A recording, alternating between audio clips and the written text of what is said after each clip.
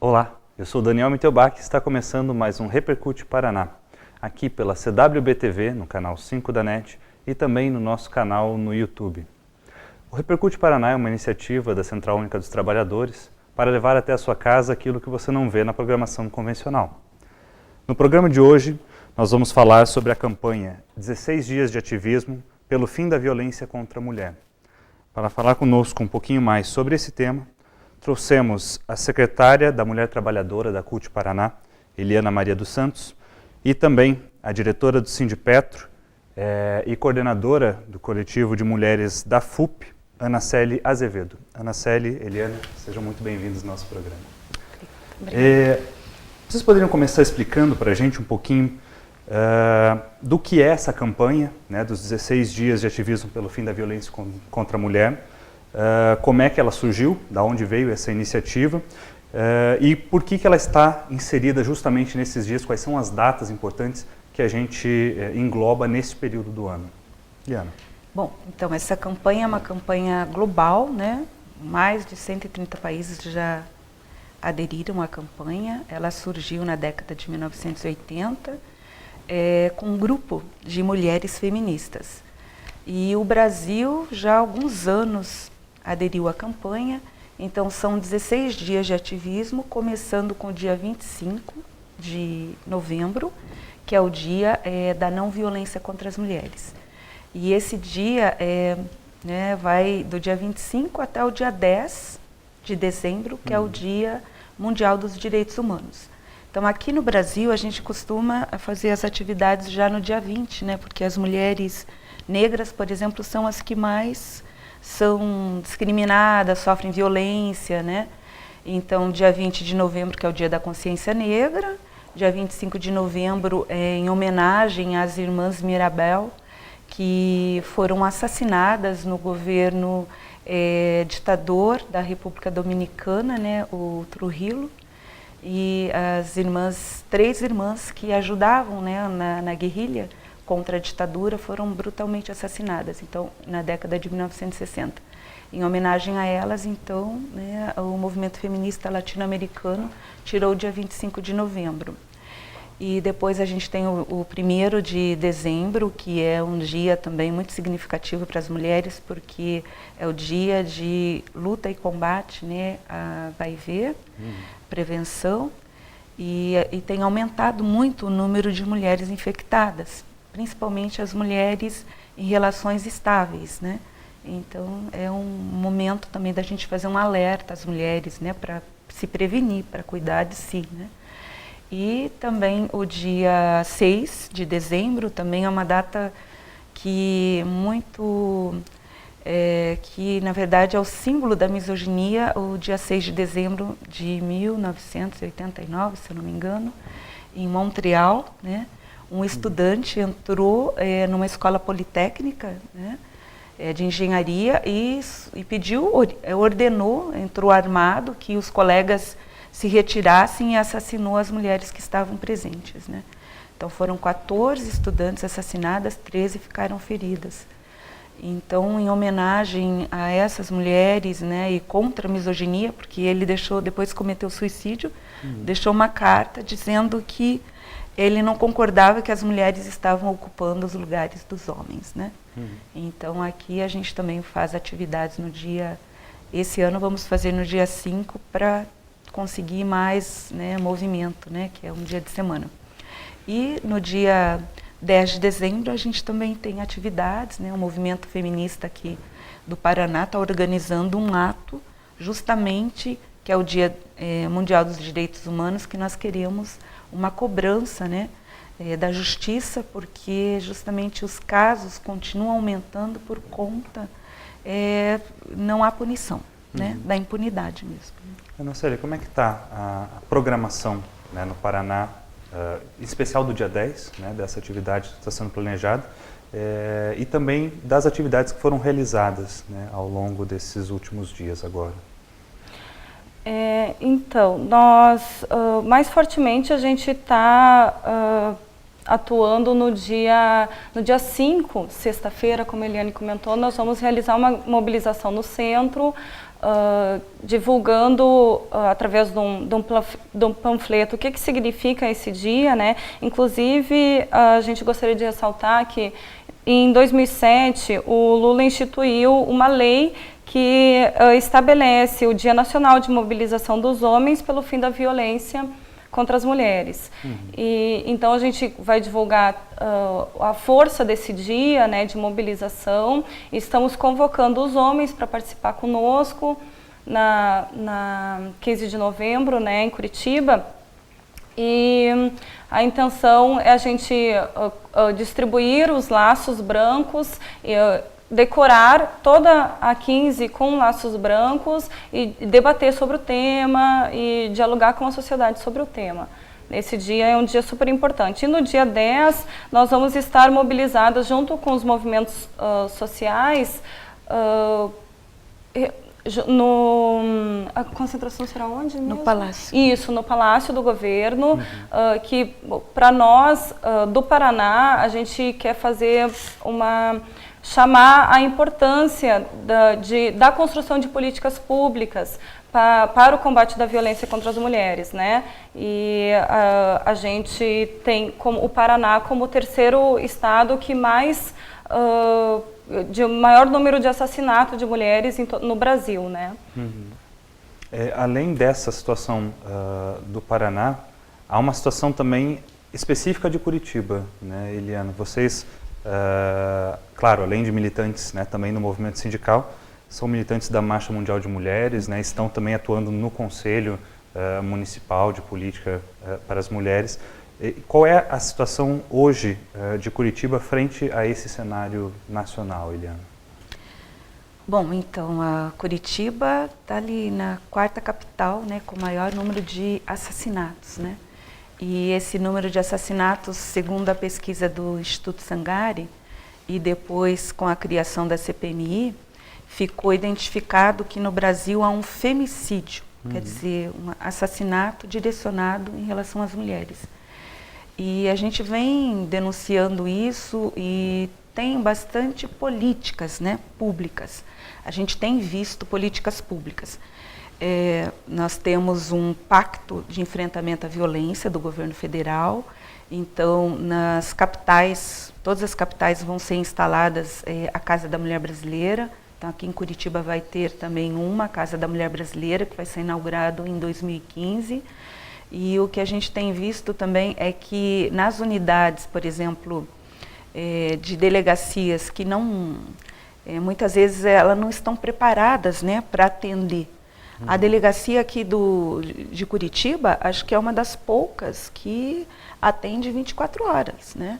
Então, isso é fundamental também, né? Porque se você... claro, precisamos de mais, porque ainda temos uma crise de casas-abrigo. Então, quando tem violência, a mulher vai ter que sair de casa. Ela vai fazer a denúncia até, né, o processo correr.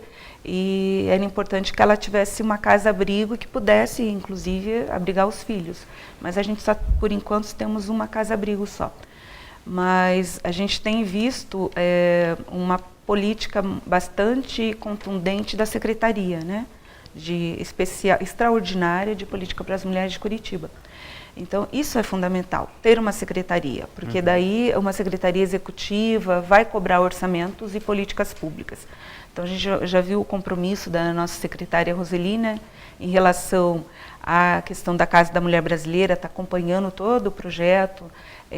A iniciativa também esse ano, né, com a criação do programa a Patrulha Maria da Penha, né, que qualificando os guardas municipais para atender os casos de violência doméstica.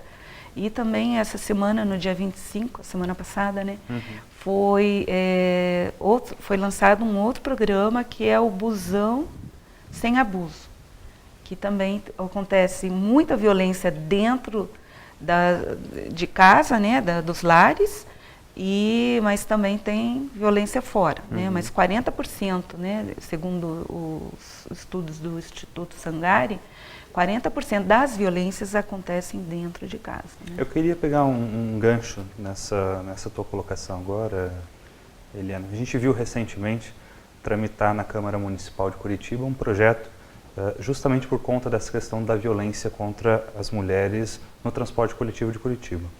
Mas a lei, ao invés de tentar conscientizar a população, ela criava um espaço separado, né, uma lei que visava instituir um ônibus exclusivo para o uso das mulheres, né, que ficou apelidado de ônibus rosa, e que foi derrotado, né, pela atuação dos movimentos sociais junto ao Poder Legislativo. Queria que você comentasse um pouquinho para a gente, Ana Célia, por que a sociedade ainda enxerga dessa forma, como se a violência, né, de fato, fosse uma coisa onde você tivesse que separar os atores e não, de fato, conscientizar a população para enfrentar o machismo da nossa sociedade?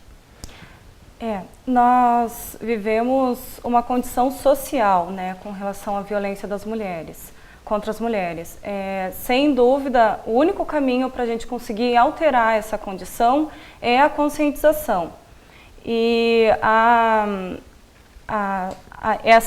esse projeto foi um enfrentamento que nós fizemos lá na Câmara Legislativa, que conseguimos barrar as mulheres no movimentos sociais, estiveram em peso lá e conseguiram fazer um debate, e surgiram outras propostas, justamente de trabalhar a conscientização e não a segmentação das mulheres, né? O projeto estabelecia que as mulheres com crianças, meninos, por exemplo, de até 13 anos, poderiam adentrar no ônibus, né? 20% da frota seria pintada de rosa e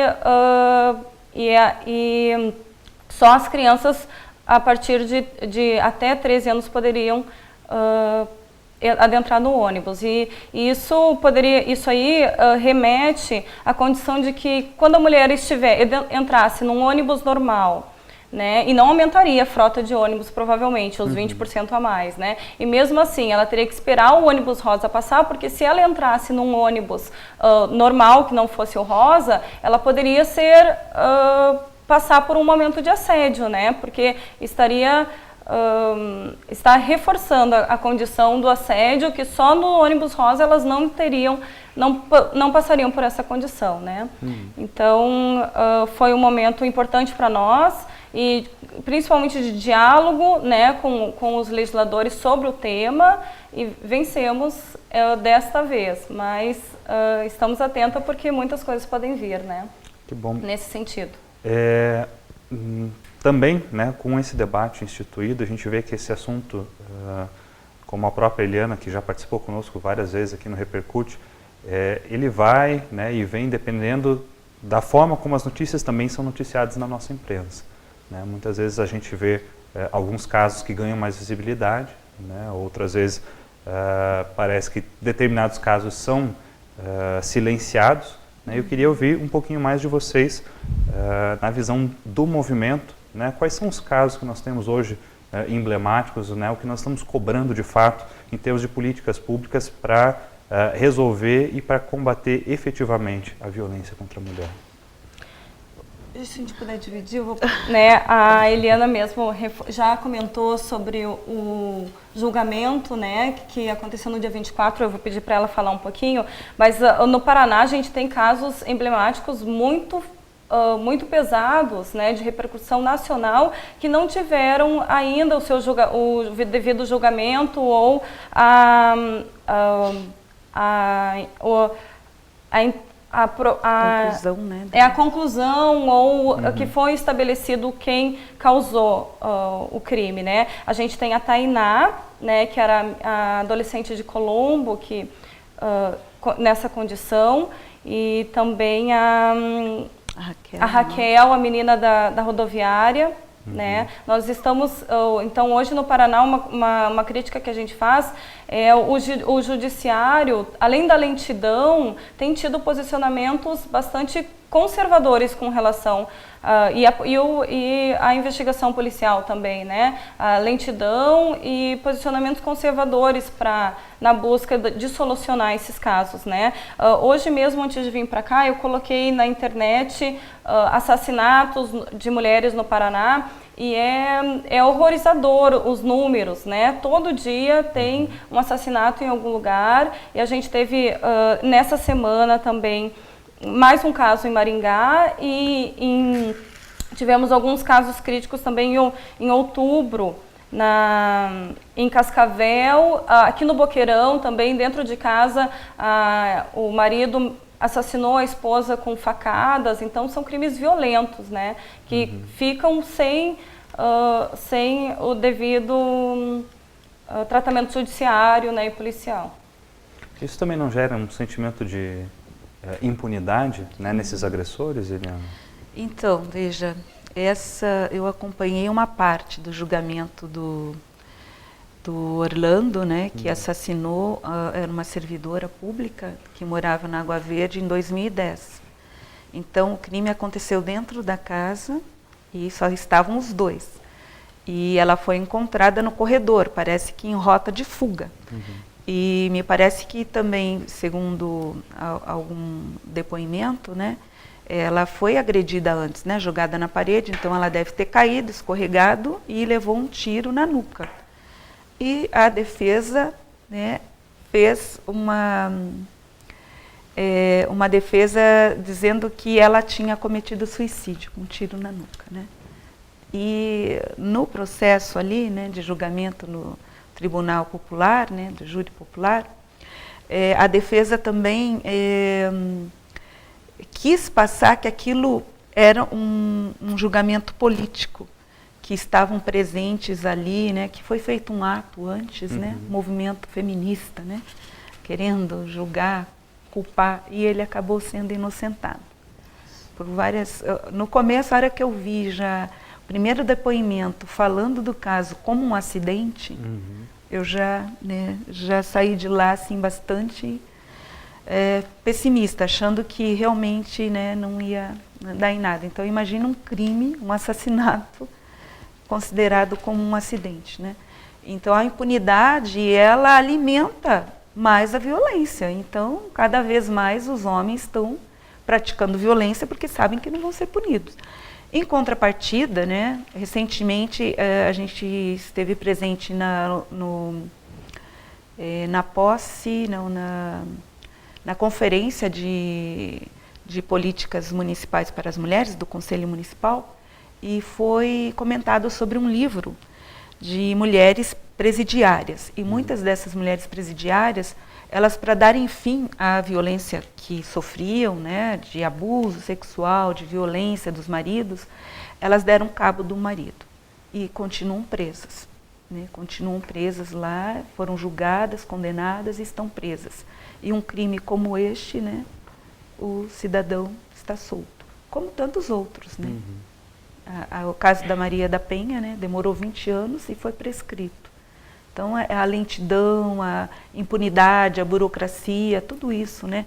Falta de políticas mesmo para fazer a investigação correta, né? Então, tudo isso. E falando aqui do Paraná, é evidente assim, que as pesquisas mostram que o Paraná, de cada 100 mil mulheres, 6,3 são assassinadas. A média nacional é 4 em cada 100 mil mulheres. Então, quer dizer, nós temos que ter políticas mais eficazes de prevenção e de punição. Eu queria ressaltar também que no dia 26 de novembro veio a público que o presidente da Venezuela, o Maduro, aprovou, né, o feminicídio como categoria penal no território nacional da Venezuela. Então ele chegou no auge do debate, que é a oficialização do feminicídio, e ramificando com as políticas públicas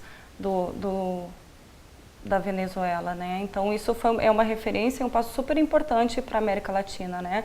E quem sabe o Brasil chegue também com esse estabelecimento do feminicídio, né? Bom, a gente vai fazer um breve intervalo no nosso programa. Eu acho que no próximo bloco a gente já volta também dando sequência, né, nesse debate. Quais são os passos que a gente tem agora a seguir de fato para ter, né, e construir uma sociedade menos machista, né, ou sem machismo como a gente deseja. Repercute? Volta já.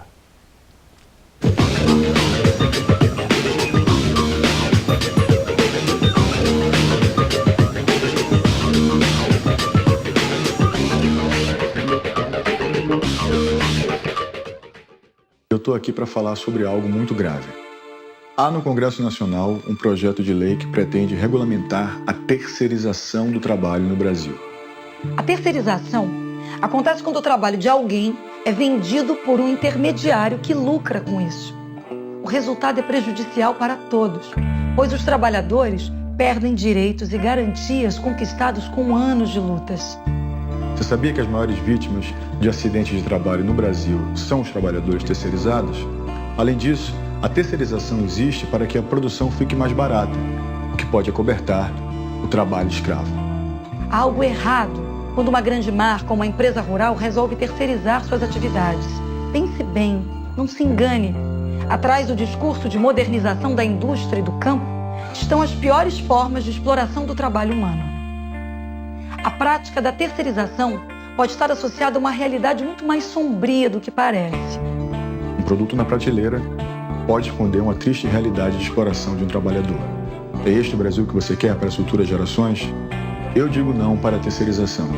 Eu digo não para a terceirização. E você?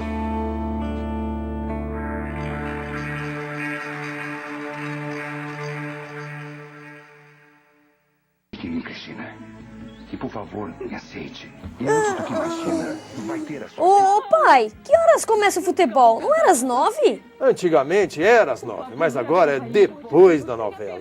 Novela? Por quê? Porque a emissora da novela vai transmitir a partida e ela determina que o jogo comece depois da novela. Que absurdo, pai! Estou ficando com sono. Por que essa emissora determina uma coisa que não é da conta dela?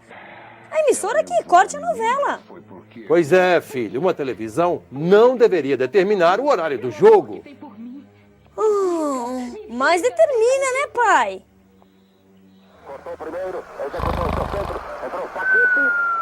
A concessão de canal de televisão é pública.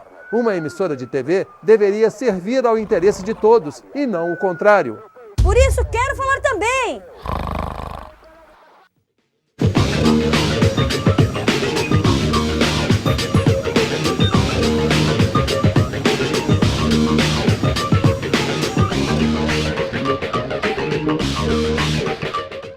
Olá, estamos de volta no segundo bloco do Repercute Paraná, conversando hoje com Eliana Maria dos Santos e Ana Célia Azevedo sobre a violência contra as mulheres. No final do último bloco, né, Eliana, Ana Célia, a gente deixou uma pergunta, né, para os nossos telespectadores, o que a gente precisa fazer de fato, né, e qual é a luta do movimento feminista hoje para que a gente construa uma sociedade sem machismo. Eu queria que você começasse comentando, né, no sentido dos passos que a gente tem que dar, Ana Célia, uma pesquisa recente que saiu, né, falando sobre como é que os jovens veem hoje essa questão do machismo na nossa sociedade.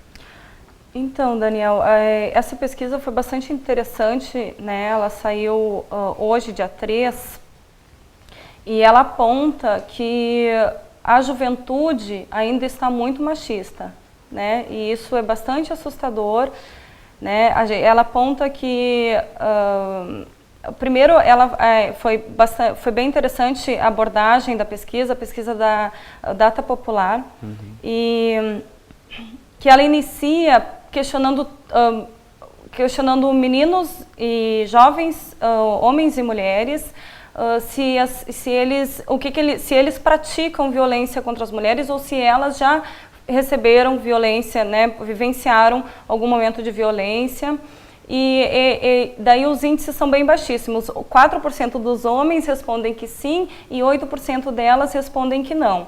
Porém, quando a pesquisa vai abordando e exemplificando que a violência ela parte desde o assédio, desde o fio-fio até o assédio, agressões verbais e até a violência física, aí esses números começam a aumentar, né? E aí nós temos a pesquisa apresentou que 41% dos homens já realizaram atos violentos contra as suas mulheres, contra as namoradas.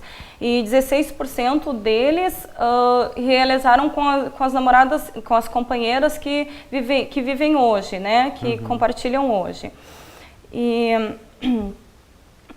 Bom, sobre eles também foi abordada a questão da Maria da Penha, e 92% deles, a maioria aponta a necessidade da existência dessa legislação e da melhorar a aplicabilidade dela, porém 35% dos entrevistados também demonstraram desconhecimento sobre o que estaria escrito na abordagem, toda a amplitude da Lei Maria da Penha, né?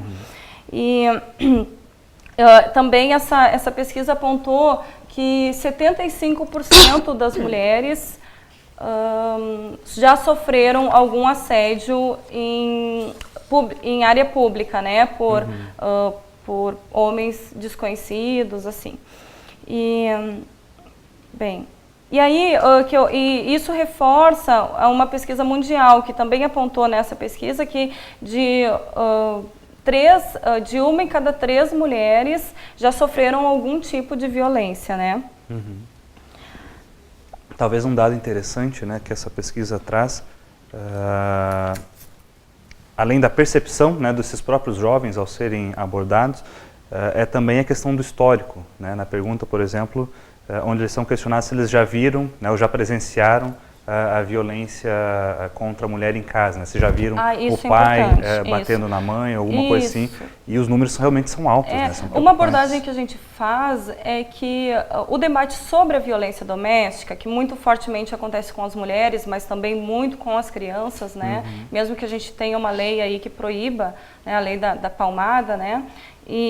Mas que o debate sobre a violência na sociedade, muitas vezes ele é um reflexo do que foi vivenciado em casa na infância, né? Então, quando você tem 40% dos jovens hoje, né, dizendo que vivenciaram, que viram suas mães sofrerem algum tipo de violência doméstica, que reflexo isso trará para a sociedade, né, ou para o ambiente doméstico ou para o público dessas gerações, né? Então, esse é um ponto importante. E outro ponto importante que trouxe essa pesquisa foi que mais de 82% dos homens afirmaram que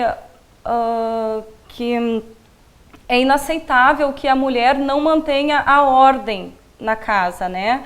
E esse é um debate muito forte que nós, militantes da Marcha Mundial das Mulheres, dos movimentos feministas, trazemos a questão, o compartilhamento das atividades domésticas e as responsabilidades com a família também é uma forma de violência, né? Isso ficar sobrecarregado sobre as mulheres é uma condição de violência também.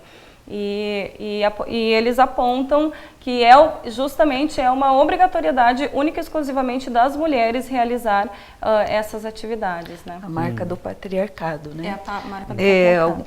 Como as questões, né? As perguntas se você concorda que a mulher pode sair sozinha, né? Ou o que você acha da mulher que sai com um decote grande ou com uma mini saia, né? Quer dizer, perguntas cotidianas do nosso dia a dia nos que motivos, né, eles falam, né, a falta de respeito. Então a mulher tem que estar sempre respeitando, né, os homens. Sim. Eles são seres superiores. Os principais motivos são o respeito e a questão da ciúmes, traição, né? São bem fortes entre os motivos também. Além dessa pesquisa, Eliana, que outras pesquisas também reforçam, né, essa ideia do machismo que está empregado? Então, a gente tem os dados também que saíram na semana passada, que é do Anuário Brasileiro de Segurança Pública, né? Então, no Brasil, os dados chocam. 50.300.000 estupros, só em 2013. Isso que significa 6 estupros a cada 10 minutos. Não, a cada hora. A cada hora, 6 estupros.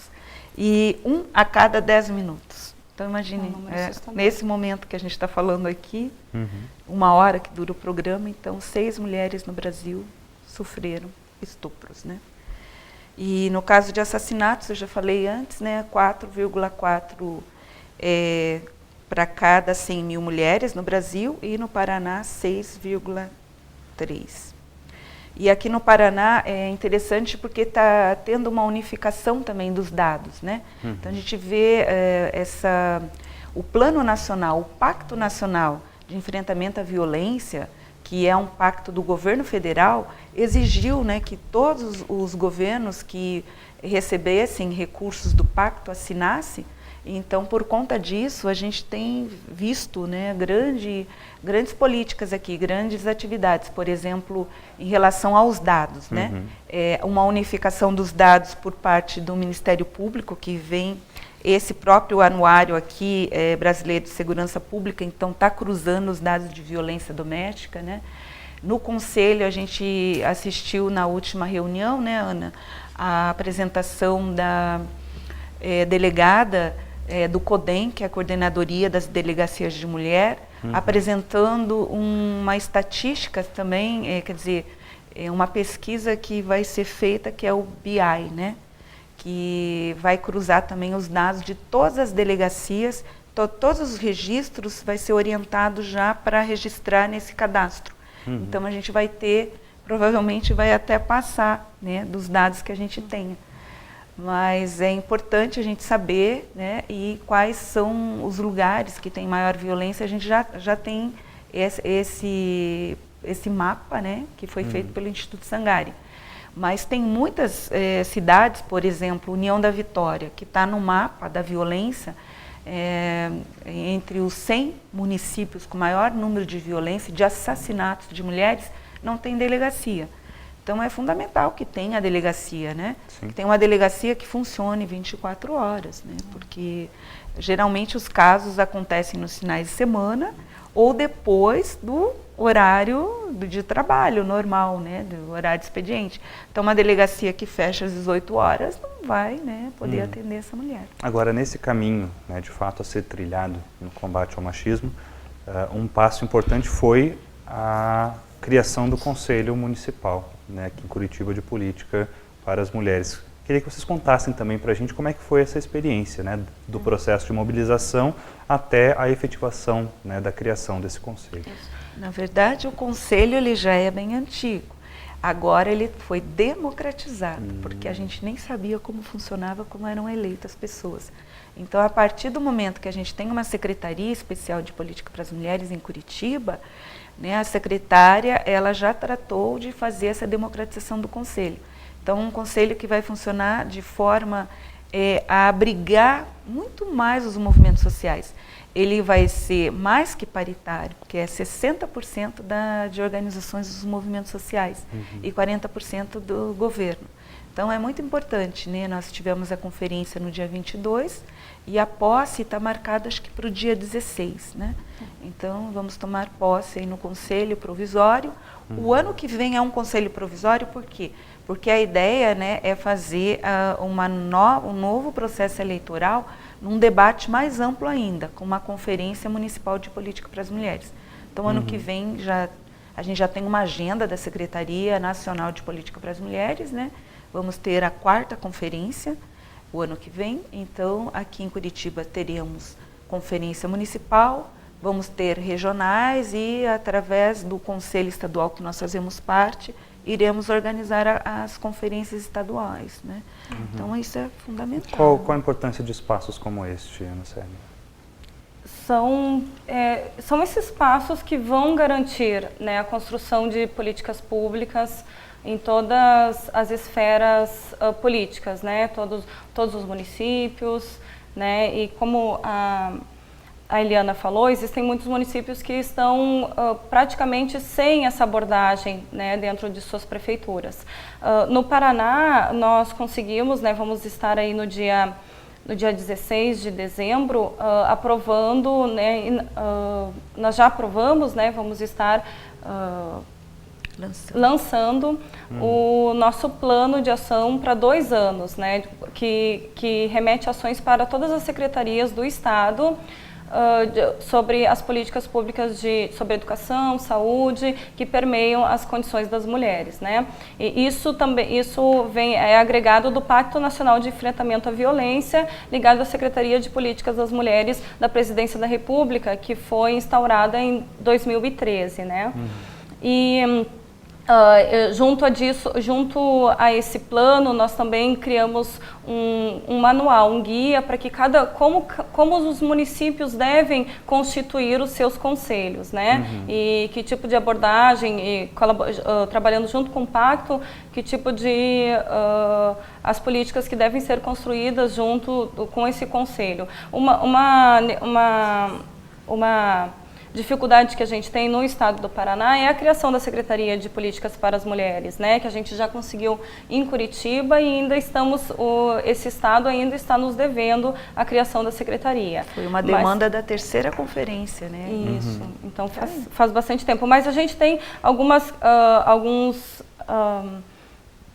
alguns programas nacionais que são de grande importância. A Eliana comentou a Casa da Mulher, né, que vão ser 27 casas nacionalmente, né, começando pelas grandes capitais, né, e tem o Ligue 180, que para denúncia de violências, né, isso está trazendo uma visibilidade muito grande para análises dos casos, né, e para tratamento e a criação de políticas públicas, né? Como que se dá esses casos, onde que eles estão mais concentrados, né? Então é bem importante. E justamente a gente visualizar, a gente conseguir trabalhar dentro dos conselhos, o que dentro da área de educação, o que pode ser feito, né? A gente tem aí a educação sexista que reforça a condição da sociedade machista e homofóbica. Então, o que a gente podia estar colocando de políticas para melhorar essa condição nas escolas, da mesma forma na saúde, na questão da defensoria, né? A Eliane comentou que é um grande desafio nosso, é melhorar a defensoria e assim por diante. A gente vai fazer mais um rápido intervalo e já voltamos no nosso próximo bloco. Repercute, volta já.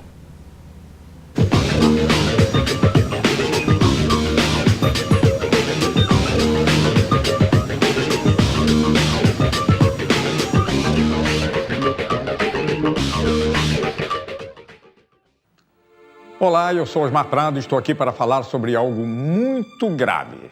No Congresso Nacional, um projeto de lei pretende regulamentar a terceirização do trabalho no Brasil. Imagine a escola dos seus filhos sem professores, hospitais sem médicos e enfermeiros, uma construtora sem operários. Todos substituídos por profissionais com menos direitos e garantias.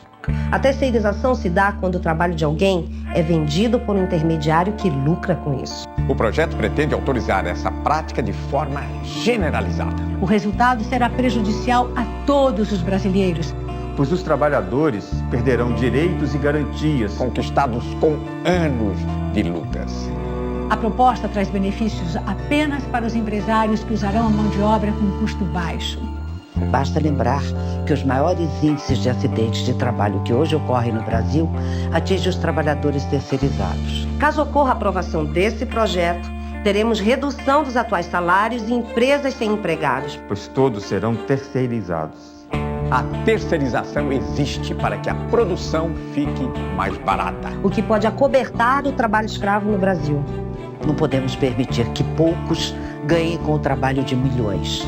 Esse é o Brasil que você quer para as futuras gerações? Eu digo não. Eu digo não. Eu digo não. Não para a terceirização do trabalho. E você?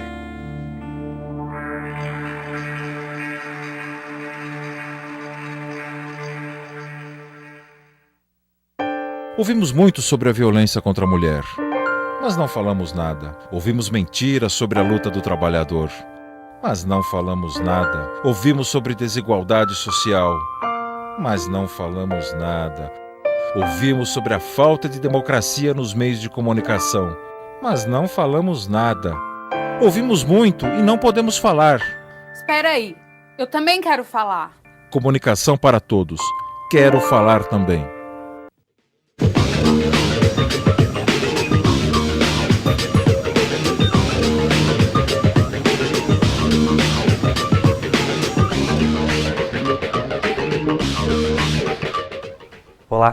estamos de volta com o último bloco do nosso Repercute Paraná, falando um pouquinho mais hoje sobre os 16 dias de ativismo no combate à violência contra a mulher.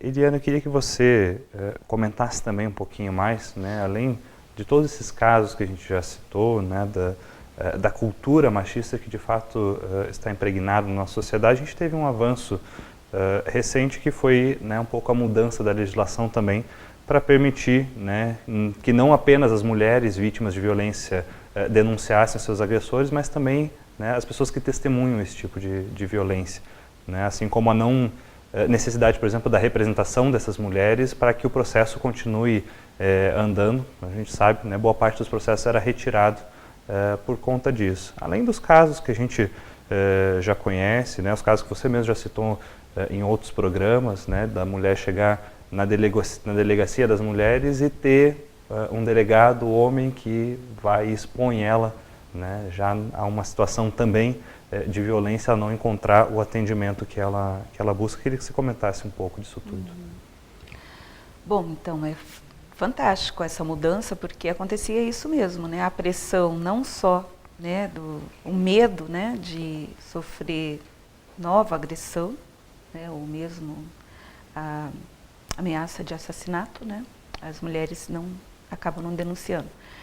E também da própria família, né, a vergonha. Então, quando alguém, né, não, você não vai se expor, nós vamos lá. Tipo, você vai fazer isso com teu marido, não sei o quê. Então, isso é muito bom. E até nessa pesquisa que a Ana estava citando, né, por exemplo, os homens acham que as mulheres não têm que ir lá fazer a denúncia, que eles têm que conversar com eles primeiro. Aí eles aceitam a DR, né, discutir a relação, né? Para não, né, vamos resolver em casa, né. Então, uma mulher que sofre ameaça e também corre risco de vida, ela não pode perder tempo, tem que fazer a denúncia. Agora, eu acho também importante outros mecanismos, né, por exemplo, tem alguns estados que já estão usando o cinturão, né, uma pulseira eletrônica, o botão do pânico é chamado. Então, em caso, né, no Espírito Santo, que é também um estado que tem bastante violência, parece que já aderiram. Aqui a gente já vi exposição desse debate do botão do pânico, mas não sei se tem alguma cidade aqui de Curitiba que já adotou, mas é fundamental também, porque é aquele caso da mulher que fez a denúncia e está esperando o julgamento, né, e que o homem não pode se aproximar dela, mas em caso aconteça isso, ela aperta, tipo fica por dentro da roupa, assim, um cinturão, ela aperta esse botão, vai estar ligado a um programa da delegacia que imediatamente, né, em menos de 10 minutos chega ao local, né? E é interessante também que o programa, ele grava todas as agressões, fica gravado, fica registrado. Então, no momento que chega a polícia, e está tudo registrado ali, né? Então é bem interessante isso. E tem outros programas também interessantes que está sendo testado em alguns estados, por exemplo, no Rio Grande do Sul, a Geleds, que é uma ONG, né, de mulheres, eles criaram um programa que você pode colocar no seu celular. Então você pode acionar também, chamar, né, imediatamente algumas pessoas de contato que você está sofrendo, ele vai localizar onde você está e também vai gravar a situação de conversa e agressões ali. Então isso é muito importante, assim. Então a gente tem hoje, com toda essa tecnologia, nós temos como prevenir, né? E também gravar, né, a situação. Agora eu acho que mais importante mesmo é as pessoas conhecerem a lei, né? Então aqui, nós mesmo na CUT fizemos essa cartilha já há algum tempo, foi esgotada, mas é importante. E essa lei, só digitar no Google, você tem ela, né? Então é uma lei importantíssima, né? Um dos poucos países do mundo que tem uma lei tão, vamos dizer, tão ampla assim, né? Ela faz a prevenção, faz a punição, só que ela precisa que os poderes todos implementem, né? O poder municipal, o poder estadual, né? Então, acho que conhecer a lei é fundamental, conhecer os direitos e não ter medo de denúncia, né? Então, se você sofre agressão, a primeira coisa é denunciar. Uma outra campanha também que a gente vem fazendo, principalmente no setor bancário, é o combate ao assédio sexual, né? Então, no ambiente do trabalho, isso é uma violência também, né? Até foi a gente fez o relançamento agora em novembro dessa cartilha, que foi feita em 2013, então depois de 10 anos, né? Então isso é importante também. Então ter acesso aos canais de onde você buscar ajuda, né? O telefone 180 é fundamental, aqui em Curitiba o 153, que é da Patrulha Maria da Penha também, é importantíssimo. Então conhecer as políticas, conhecer os seus direitos e ir atrás, né? E participar também dos fóruns, né?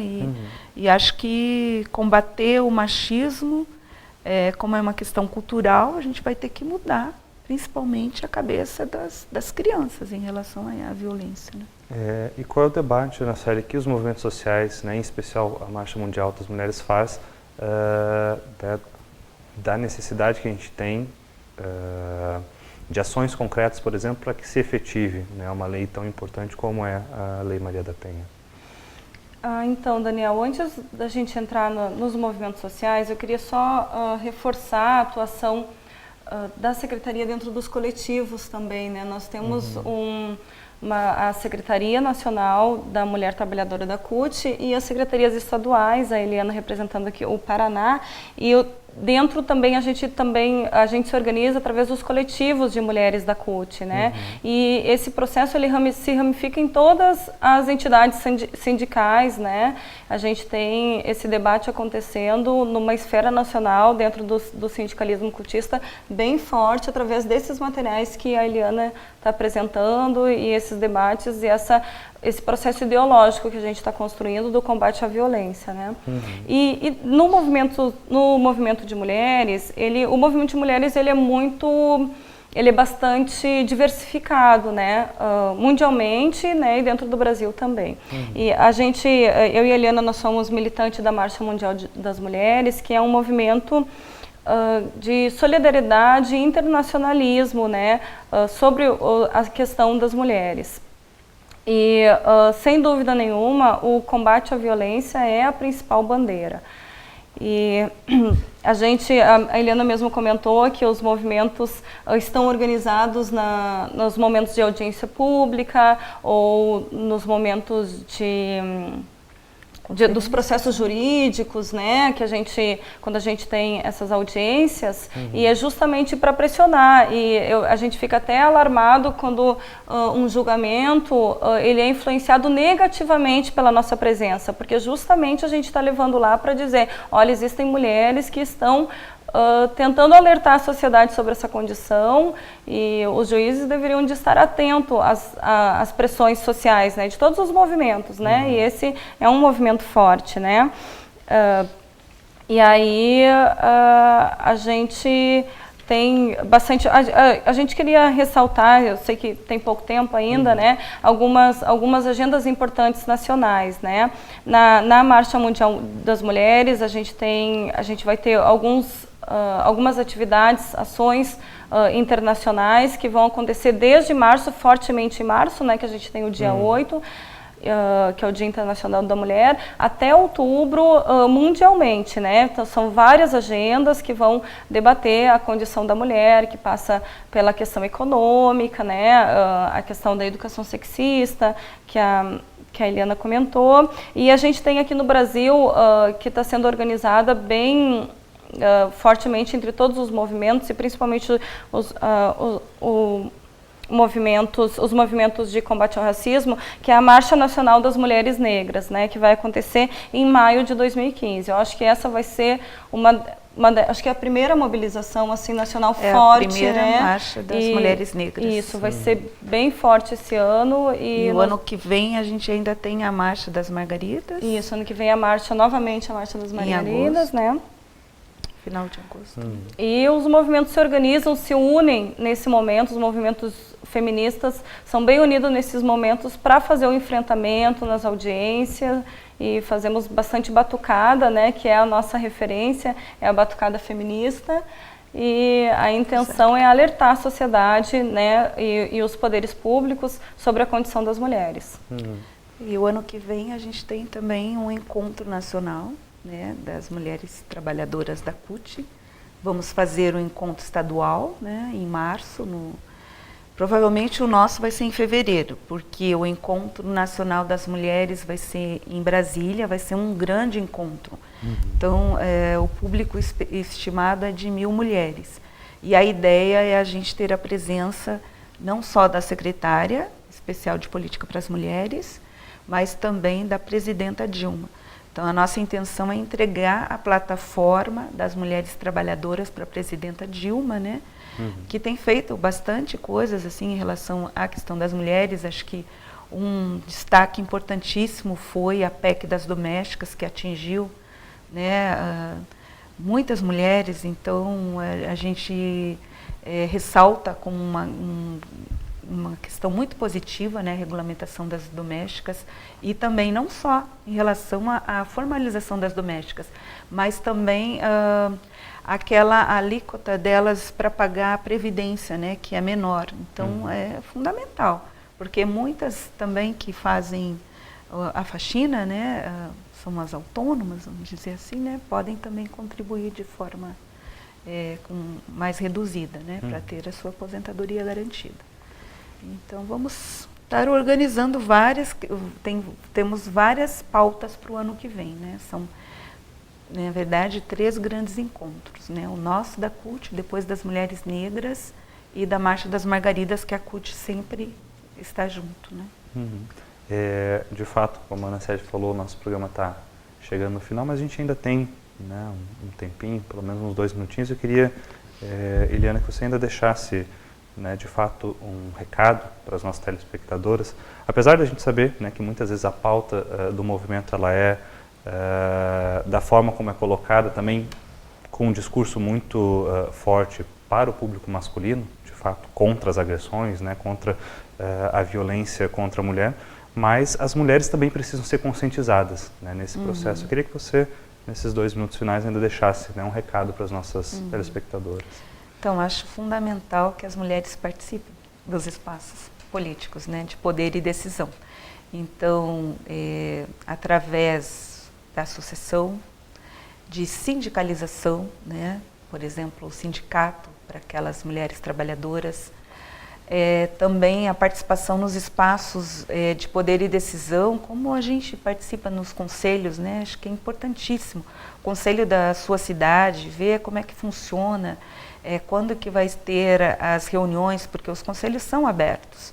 Então, são vários conselhos. Acho que é fundamental a participação mesmo. Acho que acabar com a violência é a atitude. A atitude das pessoas é fundamental, né? Principalmente das mulheres, né? Dizer não à violência é uma atitude positiva para acabar com ela. Quer complementar também?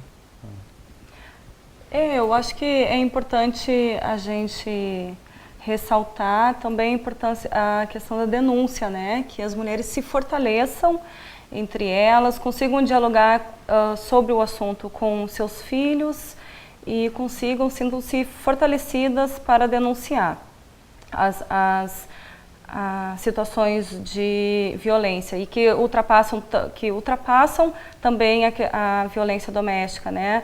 O assédio em ônibus, tudo isso deve ser denunciado. Legal, eu queria agradecer bastante a presença de vocês aqui conosco, né? Reforçar essa ideia também, né, de que o Repercute está sempre de portas abertas para a pauta das mulheres, e reforçar também os convites, né, para você, telespectador e telespectadora que estão nos assistindo, participar também deste grande ato que está sendo organizado no dia 10, em frente ao Palácio Iguaçu.